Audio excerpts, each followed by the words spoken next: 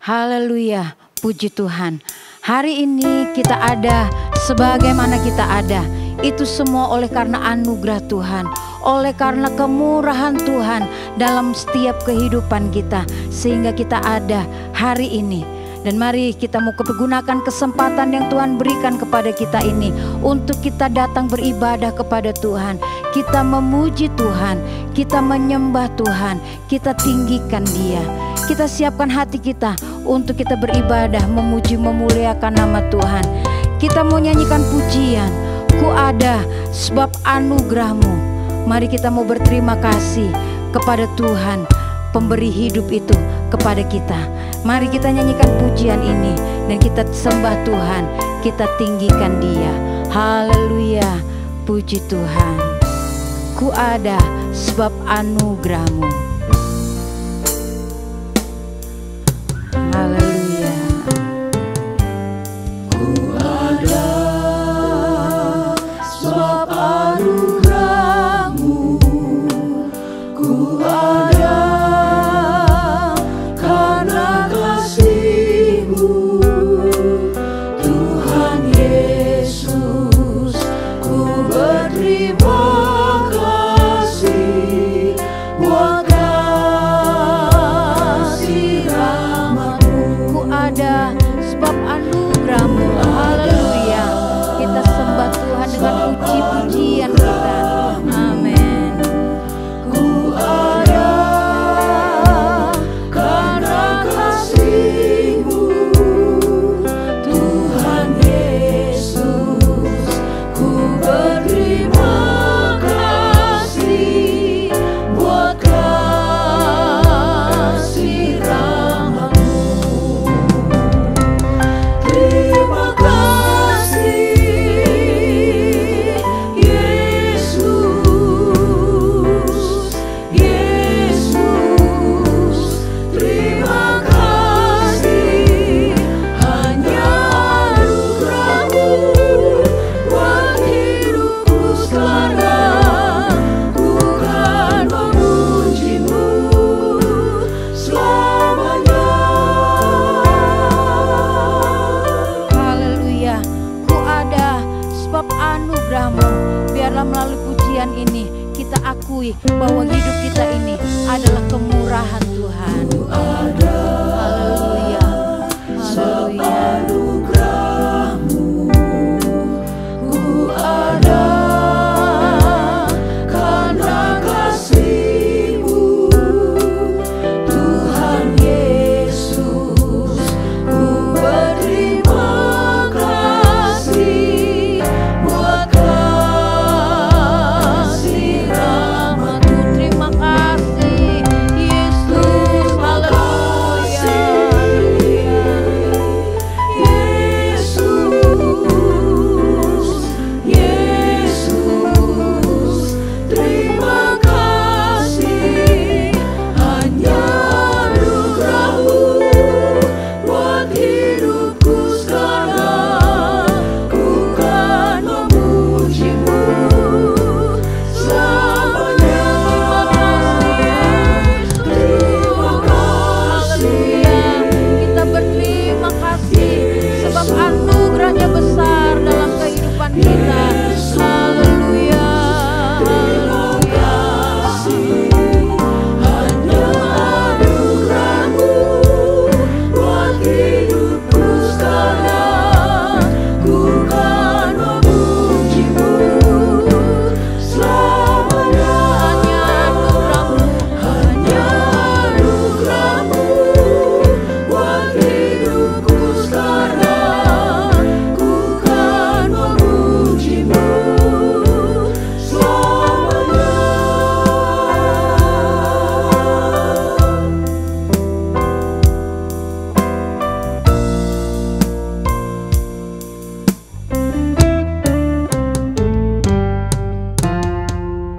Haleluya, puji Tuhan. Kami ada hari ini itu semua karena anugerah Tuhan. Terima kasih Tuhan untuk anugerah-Mu, terima kasih untuk kemurahan-Mu. Kami mau terus bersyukur menaikkan puji-pujian yang lahir dari hati kami yang terbaik untuk kami menyenangkan Engkau Tuhan. Karena Engkau sungguh baik, teramat baik di dalam kehidupan kami. Tuhan berkati ibadah ini dari awal sampai pada akhirnya, biar Engkau saja yang dimuliakan, Engkau saja yang menerima pujian, hormat, kemuliaan sampai selama-lamanya. Kami mau menikmati Engkau, menikmati jamahan-Mu, menikmati lawatan-Mu bagi kami semua Tuhan.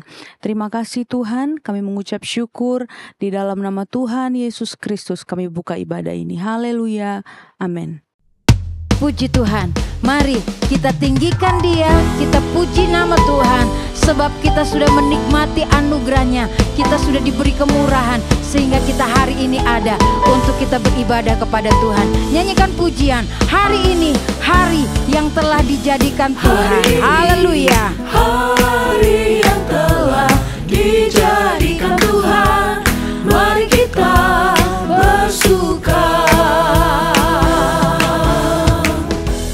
Hari ini hari yang telah dijadikan Tuhan, mari kita bersuka di dalam Tuhan, bersuka di dalam Tuhan,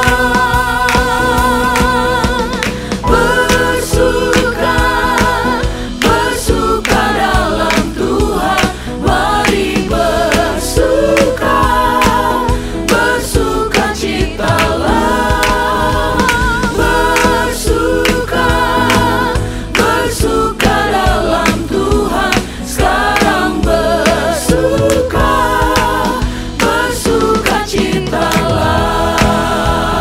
Haleluya. Hari ini hari yang telah dijadikan Tuhan. Mari kita bersuka cita. Haleluya. Hari yang telah dijadikan Tuhan, mari kita bersuka. Amin. Hari ini hari yang telah dijadikan Tuhan, mari kita bersuka di dalam Tuhan, bersuka di dalam Tuhan, bersuka, bersuka dalam Tuhan, mari bersuka, bersuka citalah, bersuka, bersuka dalam Tuhan, sekarang bersuka, bersuka citalah. Haleluya. Bersuka dalam Bersuka, bersuka dalam Tuhan, mari bersuka, bersuka citalah, bersuka, bersuka dalam Tuhan, sekarang bersuka, bersuka citalah. Datanglah ke bait-Nya dengan hati bersyukur, ke dalam pelatarannya kita tinggikan Dia, kita puji namanya, bersyukur buat kemurahan-Nya. Datanglah Haleluya. ke bait-Nya dengan hati bersyukur, ke dalam pelatarannya dengan hati bersuka. Rasakan dan lihatlah betapa baiknya Tuhan bagi yang berlindung padanya. Akan bersorak-sorai, akan bersorak-sorai. Bersyukurlah kepada Tuhan, sebab Dia baik, bahwasanya untuk selamanya kasih setianya. Bersyukurlah kepada Tuhan, sebab Dia baik, bahwasanya untuk selamanya kasih setianya. Haleluya. Datanglah ke bait-Nya dengan hati bersyukur.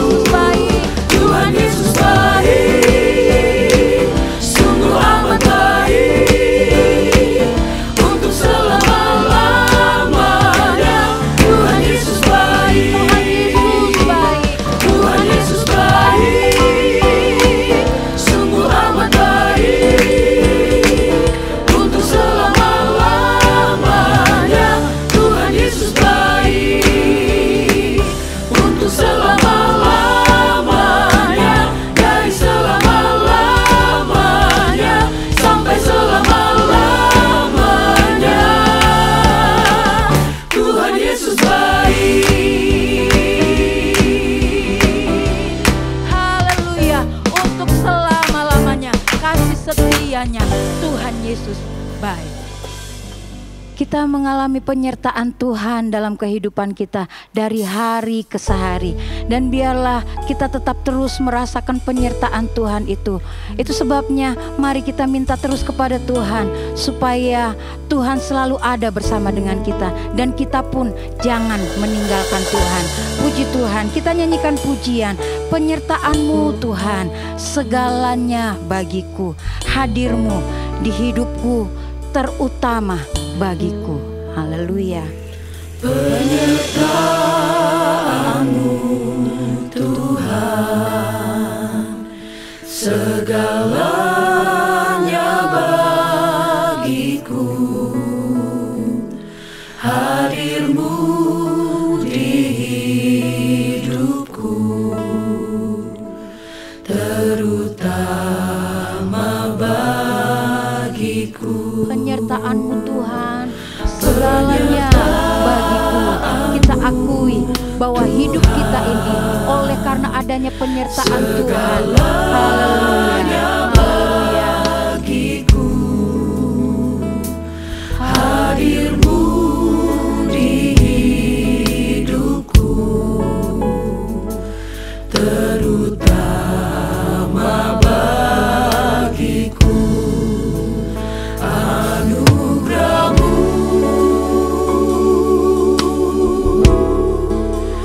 anugerah-Mu, semua karena anugerah-Mu, bukan karena kekuatanku. Amin, haleluya. Anugerah-Mu,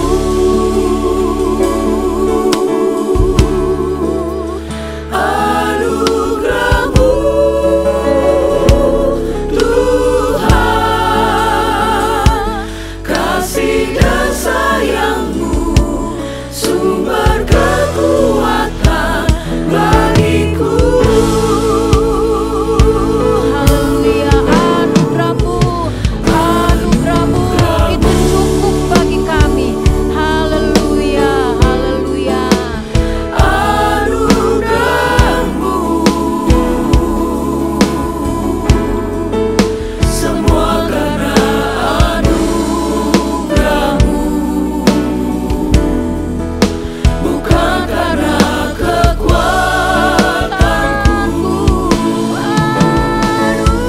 Anugerah-Mu,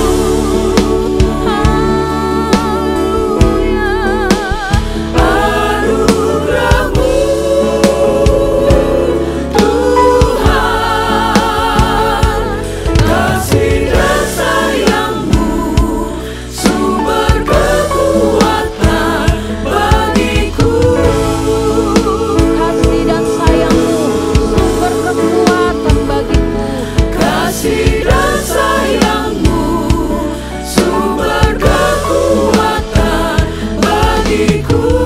Kasih dan sayang-Mu, sumber kekuatan bagiku. Haleluya. Kasih dan sayang-Mu, sumber kekuatan bagiku.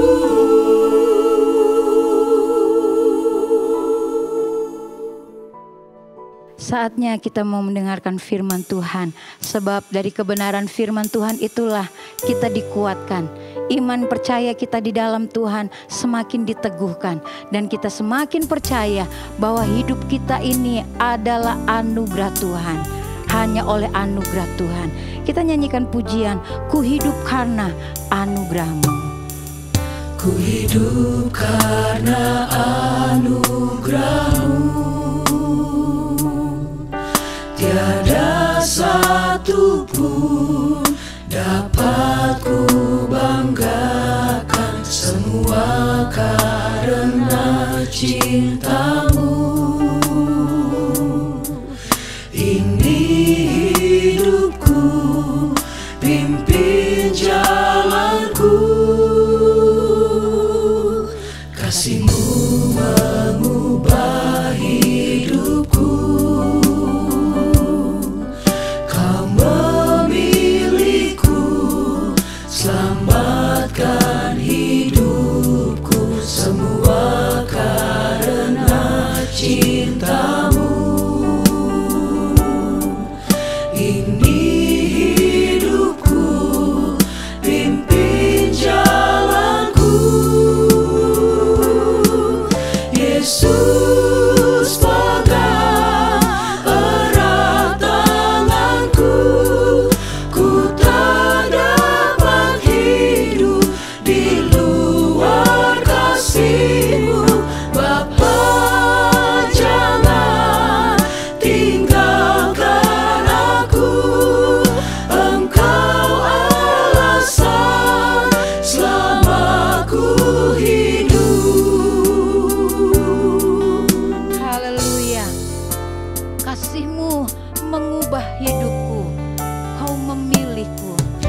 menyelamatkan hidup. Puji Tuhan. Haleluya, haleluya. Kau memilihku, selamatkan hidupku, semua karena cintamu. Ini hidupku, pimpin jalanku.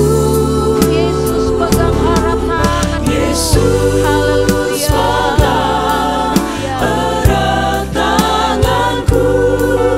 Ku tak dapat hidup di luar kasih-Mu. Bapa, jangan tinggalkan aku. Engkau alasan selama ku hidup. Yesus pegang erat tanganku. Haleluya. Yesus pegang erat tanganku. Ku tak dapat hidup di luar kasih-Mu. Bapa, jangan tinggalkan aku.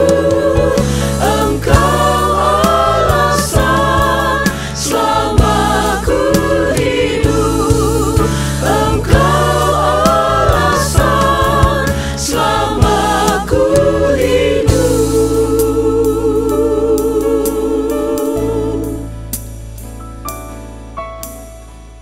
Haleluya Yesus, haleluya, haleluya Tuhan. Benarlah Tuhan, hanya Tuhan Yesus Kristuslah alasan kami hidup, alasan kami memuji, alasan kami meninggikan, karena hanya Tuhanlah, dalam nama Tuhan Yesus Kristuslah satu-satunya Tuhan dan Juru Selamat yang hidup. Kami bersyukur Tuhan buat penyertaan Tuhan yang sungguh nyata lewat Roh Kudus yang ada dalam kehidupan kami. Sehingga kami boleh saat ini Tuhan memuji dan besarkan nama-Mu Tuhan. Biarlah Tuhan apa yang sudah kami naikkan, pujian penyembahan kami berbau harum nama Tuhan yang dipuji dan dipermuliakan. Saat ini kami Tuhan siap untuk mendengarkan firman-Mu. Berbicaralah Tuhan lewat hamba-Mu yang sudah Engkau sampaikan apa yang menjadi kehendak-Mu, apa yang menjadi mau-Mu Tuhan lewat suara hamba-Mu Tuhan. Dan biarlah kami semua yang mendengar semuanya Tuhan, semuanya diperbaharui Tuhan lewat berkat-berkat firman Tuhan. Kami bersyukur Tuhan, kami siap mendengarkan firman-Mu. Dalam nama Tuhan Yesus Kristus kami berdoa dan mengucap syukur. Haleluya. Amin.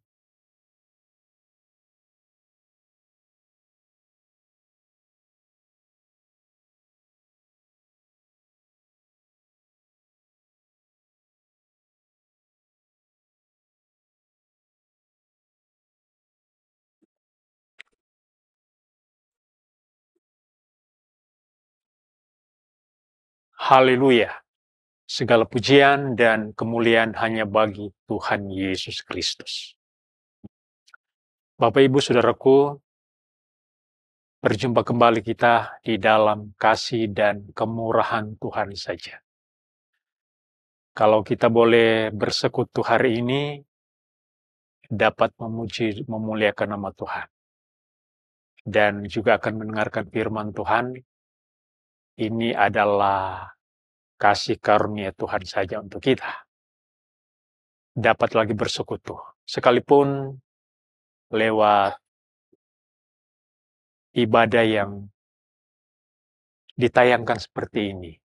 Tetapi ada hadirat Tuhan, ada kuasa Tuhan di sana.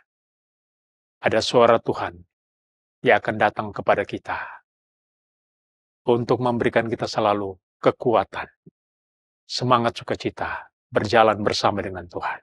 Puji Tuhan, tema hari ini yaitu hanya anugerah Tuhan. Satu ayat di dalam Injil Yohanes, pasalnya yang ke-6, ayat 65. Yohanes pasal 6, ayatnya yang ke-65 berbunyi demikian. Lalu ia berkata, "Sebab itu telah kukatakan kepadamu, tidak ada seorang pun dapat datang kepadaku, kalau Bapa tidak mengaruniakannya kepadanya." Puji Tuhan. Satu ayat ini memberikan kita satu penjelasan bagaimana orang kalau datang kepada Yesus itu karena karunia dari Bapa.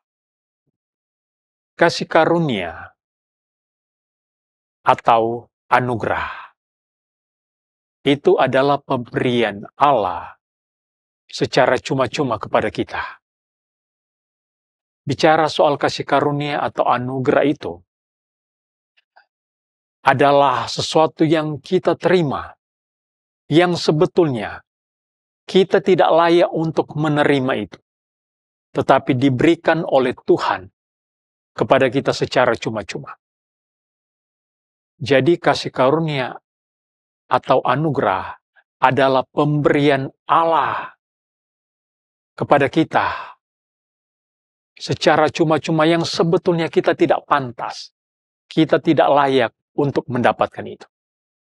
Jadi bahasa yang lain juga dari kasih karunia atau anugerah ini adalah kemurahan hati Tuhan atau belas kasihan Tuhan saja. Kalau kita merenungkan sejenak, hidup kita ini apakah karena kita kuat, kita sehat, sehingga kita bisa menjalani hidup ini dengan baik-baik saja? Coba kita renungkan bahwa hidup yang kita jalani sekarang itu adalah kasih karunia, anugerah Tuhan saja, kemurahan Tuhan. Kita dapat mendengarkan firman Tuhan hari ini, itu adalah anugerah Tuhan saja untuk kita. Kalau kita mundur di perjanjian lama, bagaimana nabi-nabi di dalam perjanjian lama selalu berbicara mengenai pertobatan. Coba kita membuka di dalam Yeskiel pasal 36. Yeskiel 36, ayatnya yang ke-26. "Kamu akan kuberikan hati yang baru, dan roh yang baru di dalam batin, dan aku akan menjauhkan dari tubuhmu hati yang keras, dan kuberikan kepadamu hati yang taat." Ayat ini memberikan pengertian kepada kita bagaimana hati yang baru, kalau orang mau bertobat, diberikan Tuhan hati yang baru. Hati yang baru ini adalah pemberian Tuhan, kasih karunia Tuhan, anugerah Tuhan saja. Bukan karena dari diri kita, dengan usaha kita untuk memiliki hati yang baru. Tetapi di sini ditegaskan bahwa Tuhan akan memberikan hati yang baru. Tuhan memberikan hati yang lembut. Tuhan menjauhkan dari hati yang keras. Dan Tuhan memberikan hati yang taat. Jadi kalau kita melihat bagaimana kita percaya kepada Tuhan, percaya kalau mau lahir baru harus melewati dulu apa yang dinamakan pertobatan. Pertobatan tentu harus ada hati yang baru di sana. Hati yang baru ini bukan hasil usaha kita, tetapi pemberian Allah. Yeremia 31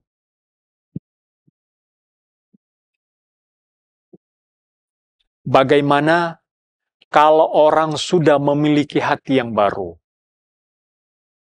tentunya juga dia akan memiliki firman. Yeremia 31, ayatnya yang ke-33. Tetapi beginilah perjanjian yang kuadakan dengan kaum Israel. Sesudah waktu itu, demikianlah firman Tuhan. Aku akan menaruh Tauratku di dalam batin mereka dan menuliskannya dalam hati mereka. Maka aku akan menjadi Allah mereka dan mereka akan menjadi umatku. Kita mendapatkan firman, mendapatkan hukum-hukum Tuhan, Taurat Tuhan itu. Kita memiliki firman di dalam hati. Rupanya itu juga adalah hasil daripada pemberian Tuhan. Itu adalah kasih karunia Tuhan juga. Bukan karena dengan usaha kita untuk mendapatkan firman Tuhan itu. Tetapi itu adalah pemberian Tuhan kepada kita. Jadi, mulai dari bagaimana orang harus bertobat, dia memiliki hati yang baru. Itu adalah karunia Tuhan. Mendapatkan firman Tuhan, itu adalah karunia Tuhan juga. Bagaimana dengan iman yang kita miliki? Apakah iman yang kita miliki hasil dari usaha kita? Hasil dari pekerjaan kita? Efesus pasalnya yang kedua.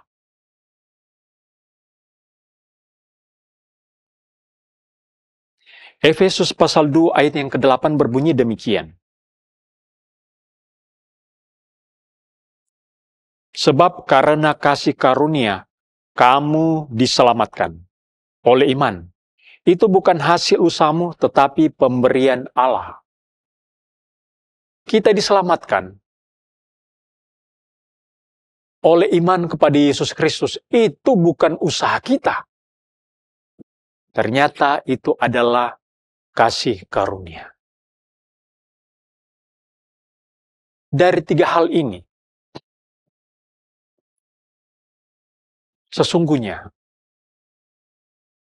mulai daripada kita mengenal Tuhan, ada pertobatan di sana, memiliki hati yang baru.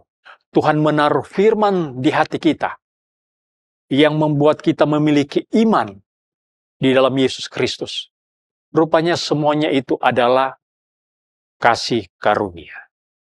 Semua itu adalah pemberian Allah. Anugerah Tuhan saja kepada kita. Kita diselamatkan oleh karena kasih karunia, kata firman Tuhan. Kita memiliki iman, bukan karena kerja keras kita, tetapi anugerah Tuhan untuk kita. Saudara-saudaraku, kalau kita kembali ke Injil Yohanes pasalnya yang ke-6, ada satu ayat juga yang ada kemiripan. Di pasal 6 ini Injil Yohanes, ayatnya yang ke-44 berkata begini. Yohanes 6 ayatnya yang ke-44 berkata begini. Tidak ada seorang pun yang dapat datang kepadaku jikalau ia tidak ditarik oleh Bapa yang mengutus aku, dan ia akan kubangkitkan pada akhir zaman. Tidak ada orang yang bisa datang kepada Yesus kalau tidak ditarik oleh Bapa. Ayat pokok kita hari ini, orang yang datang kepada Yesus itu adalah kasih karunia. Datang kepada Yesus, orang-orang yang datang kepada Yesus itu adalah kasih karunia. Dan ayat 44 ini berkata, tidak ada seorang pun yang dapat datang kepada Bapa kalau dia tidak ditarik oleh Bapa. Tidak ada yang bisa datang kepada Yesus kalau dia tidak ditarik oleh Bapa. Jadi, orang yang datang kepada Yesus, orang bisa percaya kepada Yesus, jadi pengikut Yesus, itu karena dia ditarik oleh Bapa. Dia mendapatkan anugerah, mendapatkan kasih karunia itu.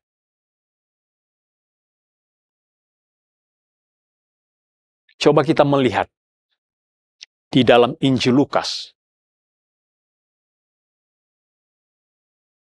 Lukas pasalnya yang ke-19. Kita sudah tahu pasti mengenai kisah seorang pemungut cukai.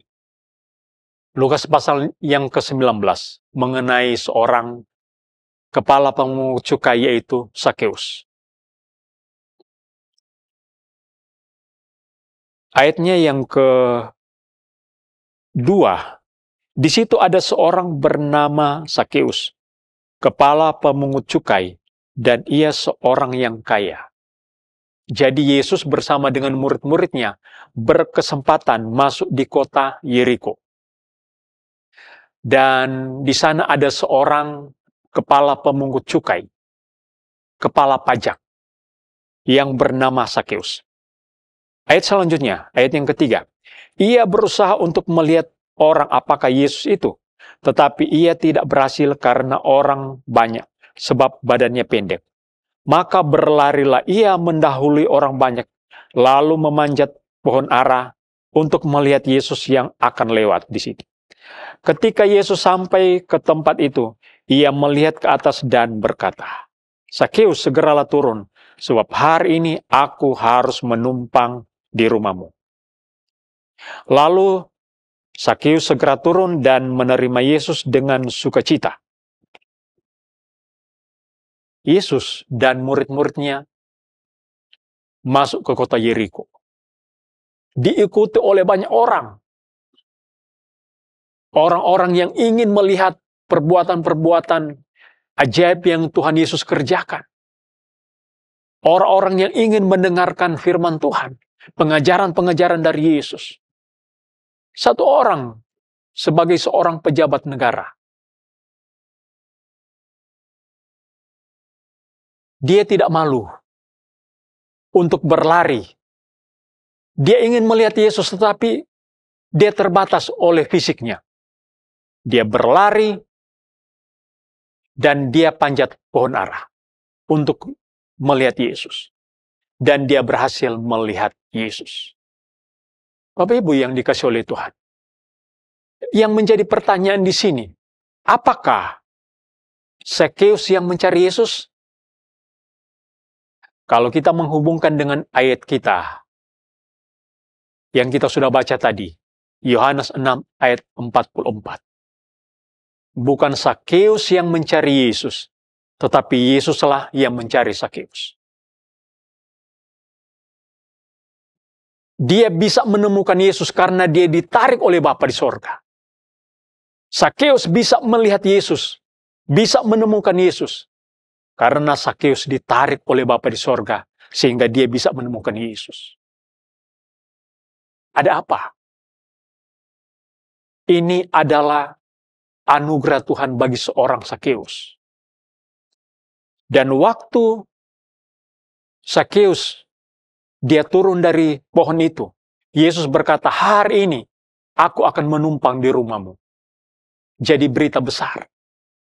Banyak orang yang bersungut-sungut. Mereka bilang, Yesus ini mau menumpang di rumah orang berdosa. Di zaman itu, para pemungut cukai, orang-orang yang penagih-penagih pajak, mereka kategorikan, mereka golongkan mereka itu adalah orang-orang berdosa. Karena mereka begitu banyak memeras rakyat. Dengan pajak yang begitu tinggi. Mereka melakukan pemerasan. Sehingga banyak orang yang tidak suka dengan para pemungut cukai ini. Sakeus sadar. Dia katakan, Tuhan, setengah dari kekayaanku akan kuberikan kepada orang miskin. Dan sekiranya ada yang kuperas, aku akan kembalikan 4 kali lipat. Yesus katakan, hari ini sudah terjadi keselamatan di rumah ini.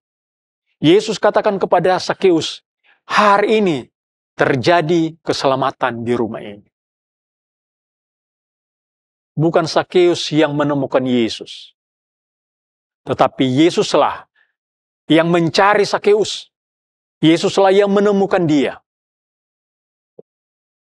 Kita mundur di pasalnya yang ke-15. Dari Injil Lukas.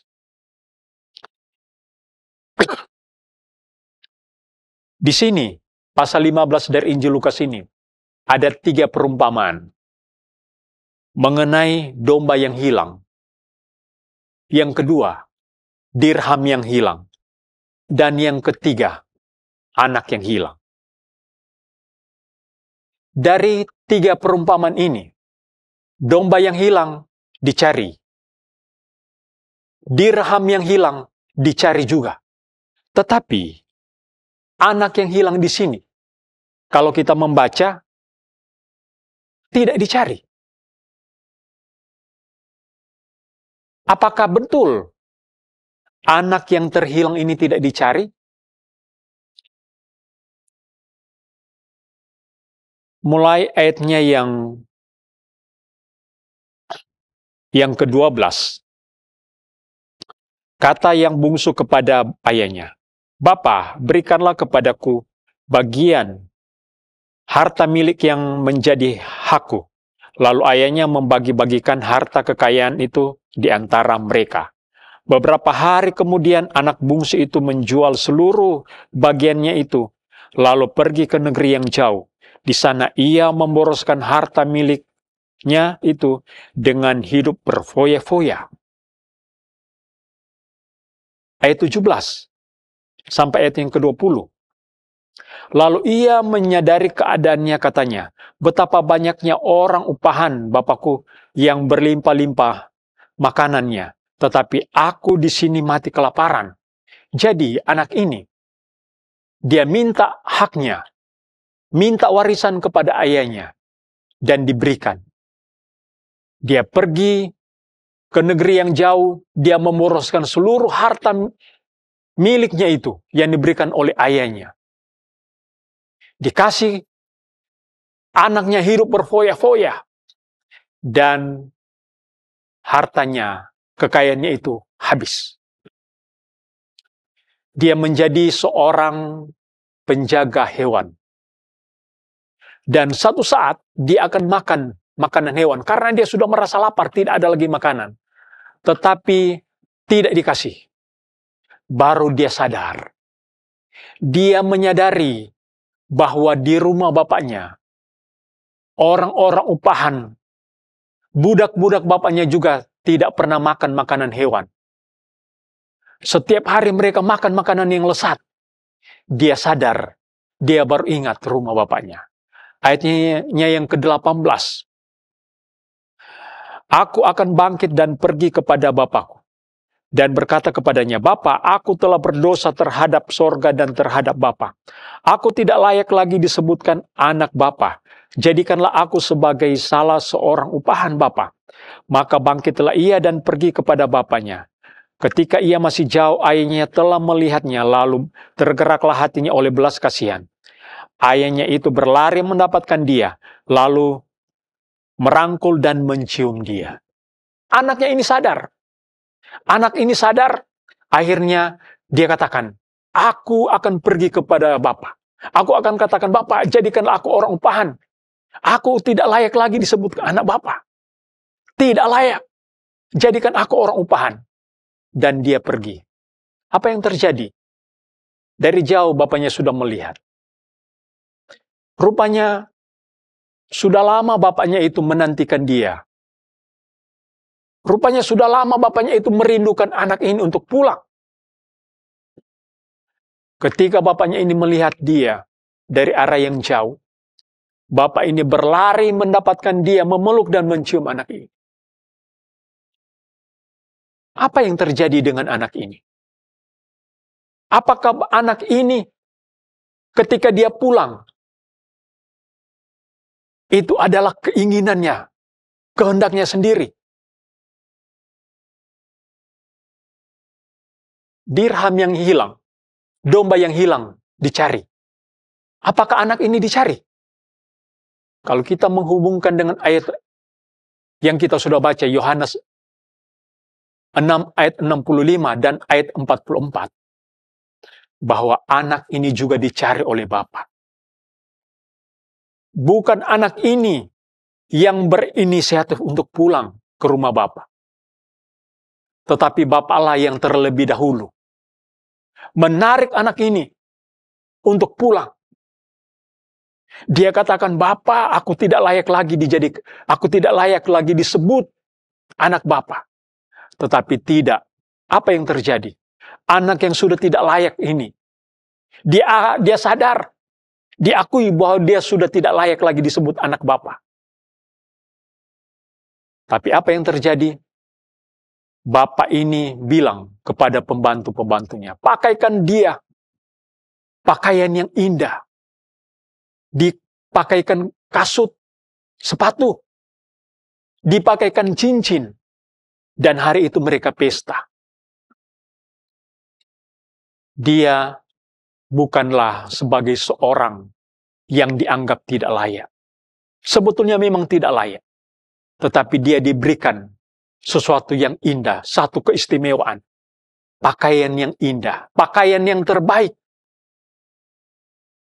Dipakaikan kasut, sepatu, dan dipakaikan cincin. Ini adalah anugerah. Ini adalah kasih karunia yang diterima oleh anak yang sudah hidup di masa yang lalu itu dengan hidup berfoya-foya, hidup dengan pelacur, hidup dalam kedagingan yang sebetulnya tidak pantas lagi, tidak layak. Tetapi dia mendapatkan kasih karunia.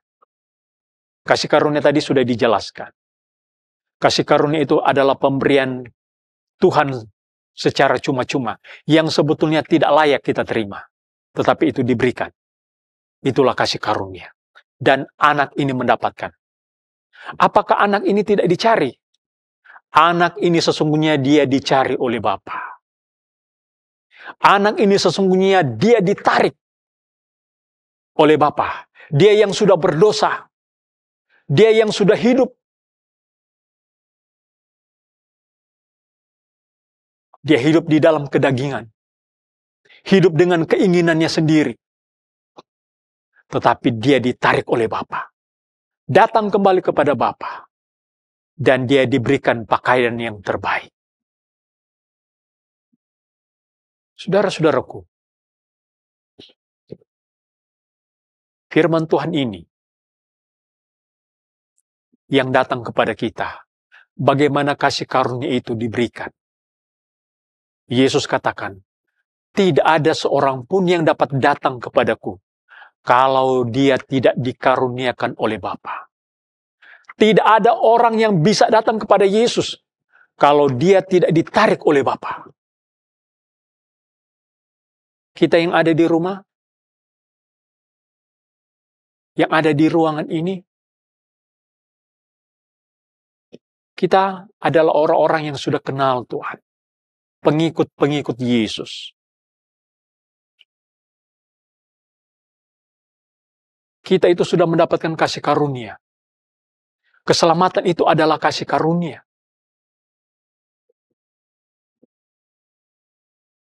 Bahkan keselamatan itu jauh sebelum dunia ini dijadikan.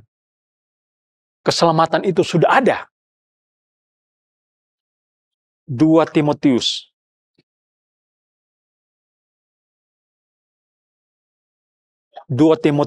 pasalnya yang pertama, ayatnya yang ke-9. Dialah yang menyelamatkan kita dan memanggil kita dengan panggilan kudus. Bukan berdasarkan perbuatan kita, melainkan berdasarkan maksud dan kasih karunia-Nya sendiri yang telah dikaruniakan kepada kita dalam Kristus Yesus sebelum permulaan zaman. Jauh sebelum dunia diciptakan.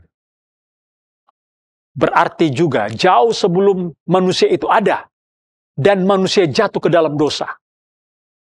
Rupanya karunia keselamatan itu sudah ada di dalam rencananya Allah. Allah tahu bahwa manusia nanti satu saat akan jatuh ke dalam dosa. Dan Allah jauh-jauh hari, beribu-ribu tahun, berabad-abad sudah merencanakan keselamatan bagi manusia. Dan keselamatan itu, kata firman Tuhan di sini, adalah kasih karunia.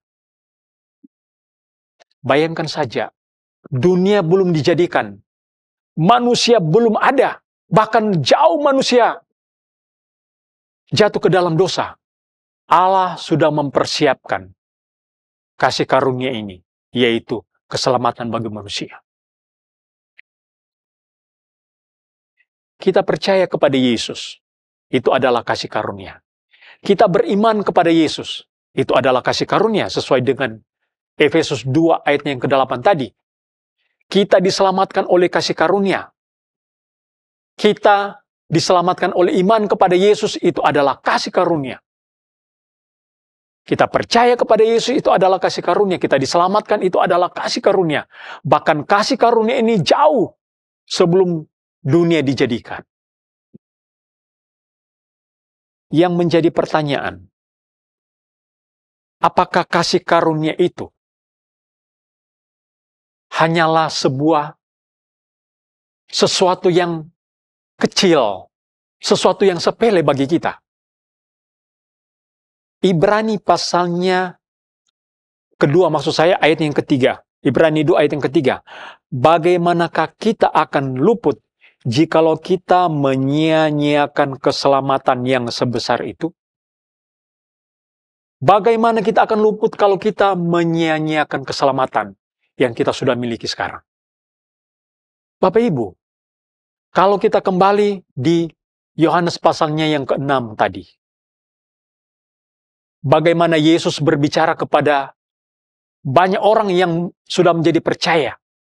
Selain Yesus memiliki 12 orang murid, banyak orang-orang yang sudah menjadi percaya kepada Yesus, mereka juga disebut murid-murid Tuhan. Ketika Yesus berkhotbah, Yesus mengajar mengenai roti yang turun dari sorga. Dan itu adalah pribadinya. Roti yang menjadi daging. Kalau mereka makan roti, itu adalah seperti makan daging Yesus. Yesus berbicara mengenai dia adalah roti, dia adalah daging.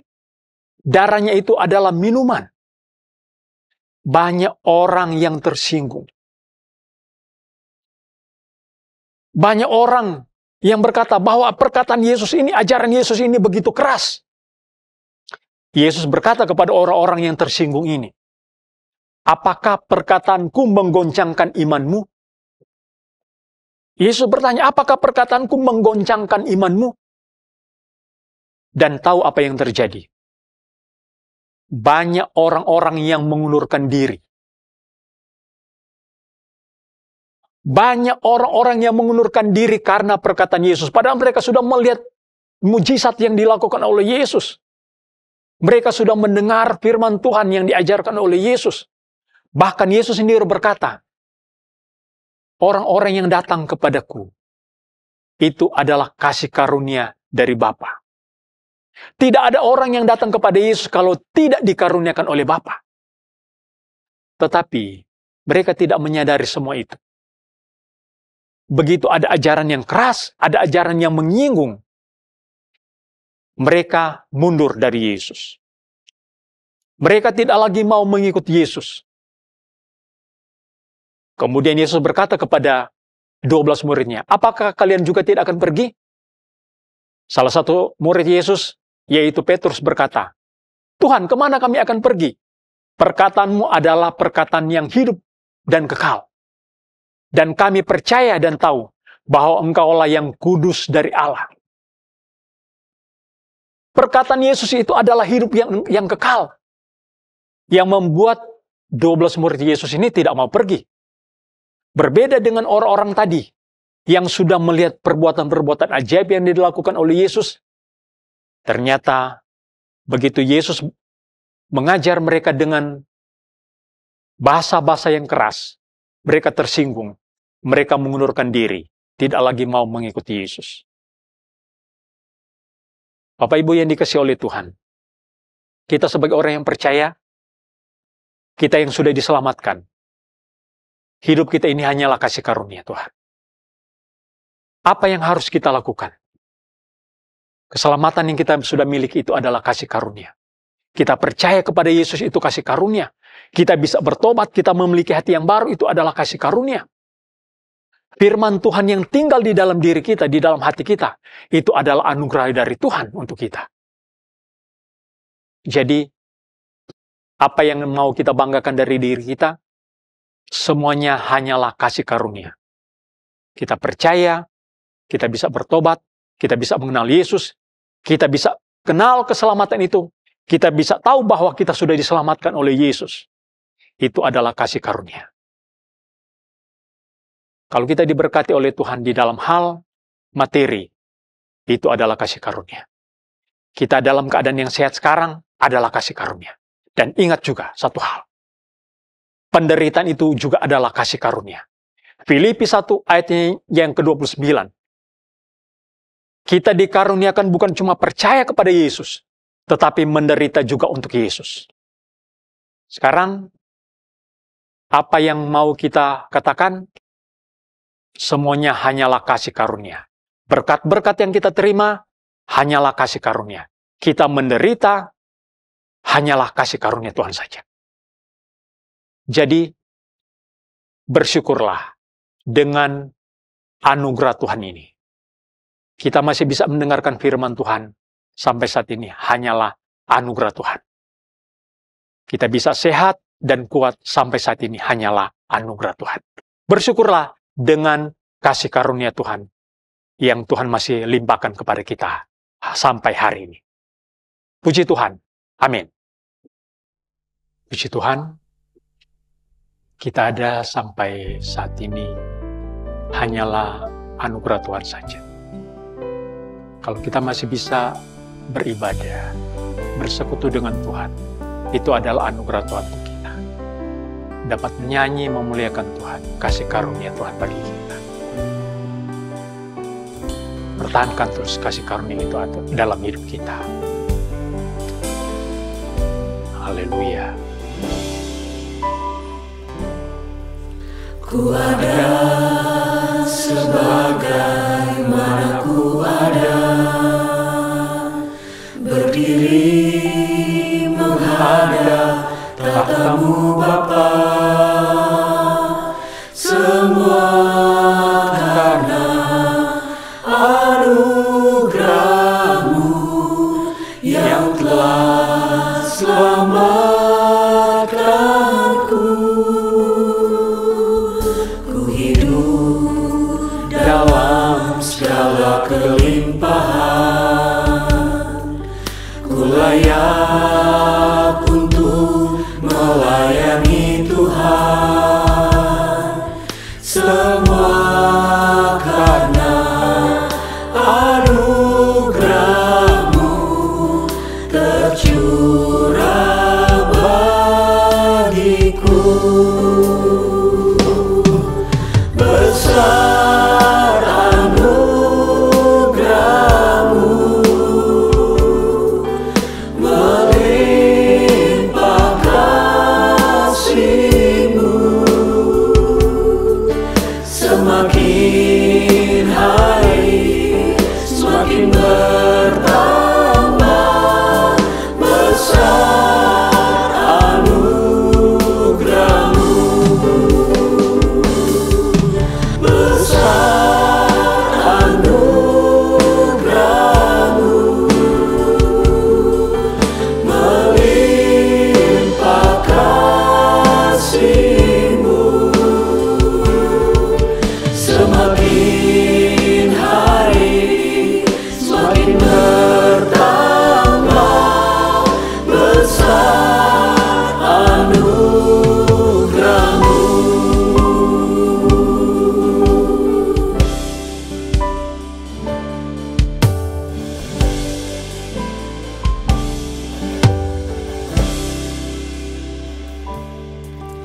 Ku ada sebagaimana ku ada, berdiri menghadap tahta-Mu Bapa, semua karena anugerah-Mu yang telah selamatkanku. Ku hidup dalam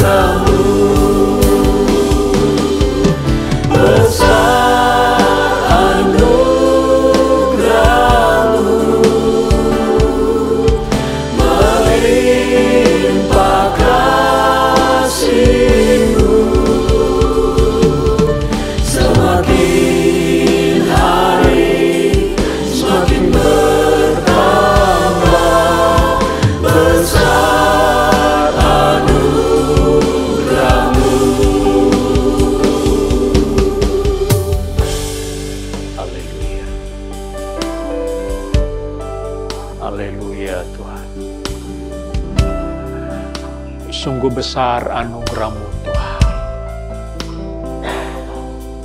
Kasih karunia Tuhan begitu melimpah di dalam hidup kami. Kami percaya itu adalah kasih karunia Tuhan saja. Firman-Mu tinggal di dalam hati kami. Itu adalah anugerah Tuhan. Kami diselamatkan. Itu adalah kasih karunia Tuhan untuk kami.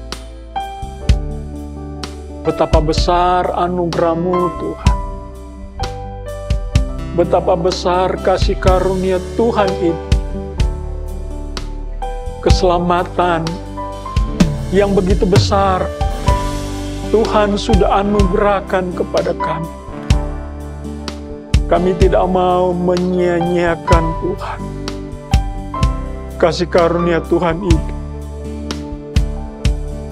yang terlampau besar Tuhan nilainya. Terima kasih Tuhan untuk kasih karunia Tuhan. Terima kasih Tuhan untuk anugerah-Mu. Kami memiliki hati yang baru. Itu adalah anugerah Tuhan. Kami diberikan hati yang taat. Itu adalah kasih karunia Tuhan. Bawalah terus kami berjalan di dalam kebenaran-Mu Tuhan. Taat kepada firman. Haleluya. Terima kasih Tuhan. Sungguh besar anugerah-Mu Tuhan. Begitu melimpah di dalam hidup kami. Setiap hari Tuhan, kami mendapatkan anugerah Tuhan itu. Setiap pagi Tuhan, rahmat-Mu selalu baru di dalam kami. Haleluya, haleluya. Terima kasih Tuhan. Terima kasih Tuhan untuk anugerah-Mu, untuk kasih karunia Tuhan. Semua karena haleluya.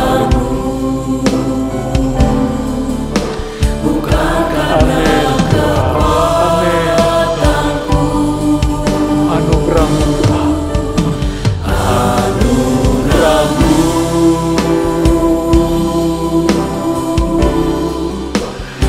Anugerah-Mu Tuhan.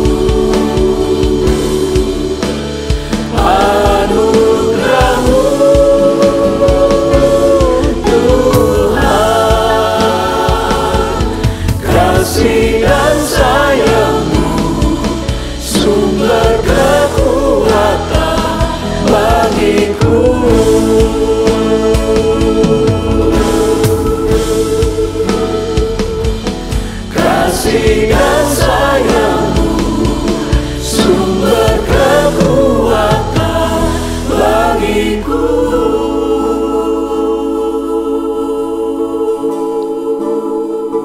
Terima kasih Tuhan untuk anugerah-Mu. Kasih karunia Tuhan yang begitu besar, bahkan melimpah di dalam kami. Ketika kami mengenal Tuhan, kami memiliki hati yang baru. Tuhan menaruh firman di dalam hidup kami. Itu adalah kasih karunia Tuhan. Kami percaya kepada Tuhan adalah kasih karunia. Dan kami diselamatkan. Semuanya kasih karunia Tuhan saja. Tolong kami ya Tuhan. Biar kami terus berjuang untuk mempertahankan iman di dalam Tuhan. Mempertahankan kasih karunia itu yang begitu besar.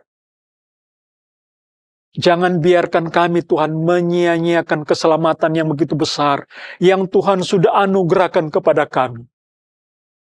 Biarlah terus kami menjaga apa yang Tuhan sudah berikan, anugerah Tuhan itu.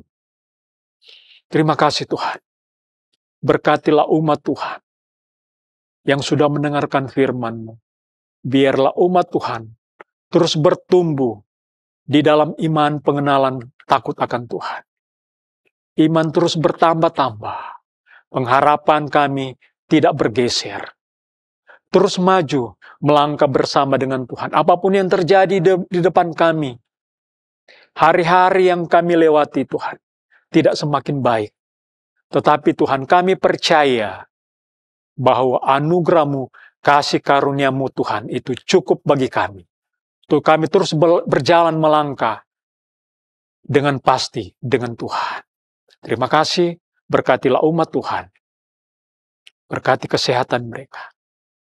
Berikan selalu kekuatan baru setiap hari, semangat sukacita. Berkati setiap pekerjaan, usaha bisnis anak-anak Tuhan. Demikian juga pendidikan mereka. Tuhan yang selalu campur tangan. Terpuji nama Tuhan. Tuhan yang memberkati pelayanan pekerjaan Tuhan. Yang ada di Ketapang, Keramat, dan Soho. Memberkati seluruh jemaat dan memberkati keluarga hamba-Mu. Terpuji nama Tuhan, sekarang sampai selama-lamanya. Biarlah kasih karunia Tuhan selalu kami nikmati setiap hari, bahkan setiap waktu. Terpuji nama Tuhan, sekarang sampai selama-lamanya. Damai sejahtera Allah yang melampaui segala akal akan memelihara hati dan pikiran kami di dalam Kristus Yesus. Saudara-saudaraku, terimalah berkat rahmat daripada Allah Bapa. Kasih karunia damai sejahtera oleh Tuhan Yesus.